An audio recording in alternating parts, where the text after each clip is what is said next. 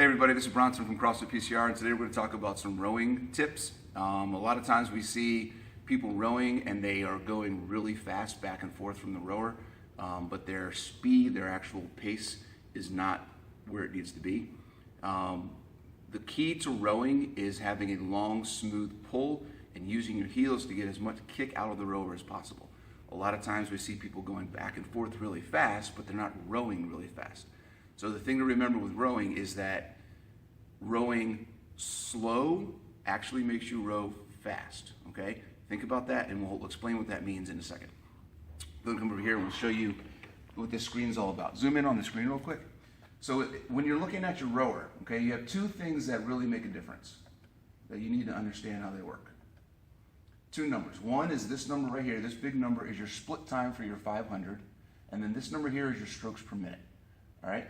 Whenever you're rowing and you're doing your time, your distance, whatever it may be, it's going to break this one here down by how fast are you going if you were doing a 500, okay? So I'm going to target, while we're doing this demonstration, I'm going to target about 150, 1 minute and 50 seconds for a 500 meter. I'm going to do that while keeping my strokes per minute under 25 strokes per minute, okay?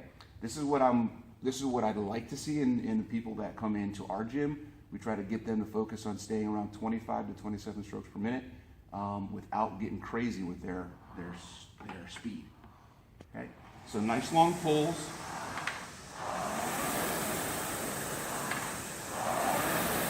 You see the split time start to go down as I get into it.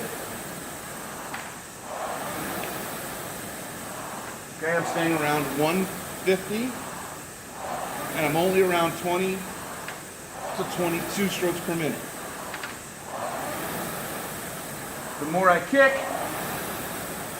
the faster my split time goes. I drop my time.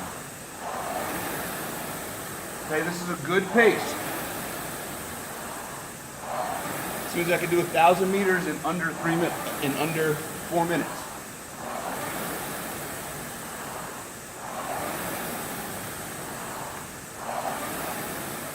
Okay? So that's a good pace. I can talk while I'm doing it. I'm going back and forth nice and easy. I get the handlebar in and I pull it out very long. Okay? Here's what we see people do a lot of times. They get on the rower and they go crazy like this. You'll notice I'll be a lot more out of breath when I'm done with this.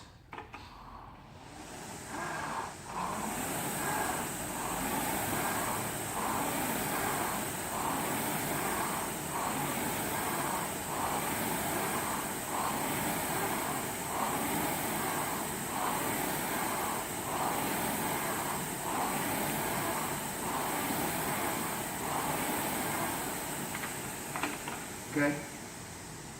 Now you notice my split time was in the 30s, almost 40s, okay? Or sorry, my strokes per minute was in the 30s, high 30s, almost 40s. My split time didn't really change that much, okay? Still around the 150 mark. You notice I can barely breathe right now. All right? So here's the difference in why it matters how fast you row. The rowing machine, the erg, is all about the physics of pulling the chain out as far as you can, getting the chain in as far as you can.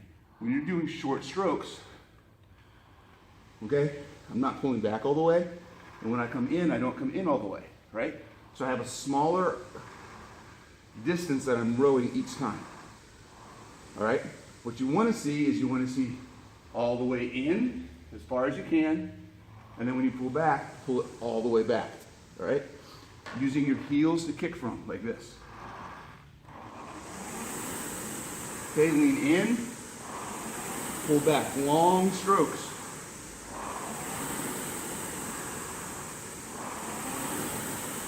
Okay, there's a difference and a cadence that you want to find when you're doing this. I like to use 1 for the pull, 3 for the return. So I go like this in my head. 1, 1, 2, 3. 1, 1, 2, 3. 1, 1, 2, 3. Okay? That's the pattern that I use. Different things work for different people, but I would suggest as you're getting into rowing, find a rhythm where you can get as much chain out of the rower as possible.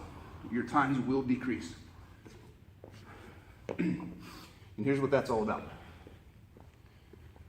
Whew.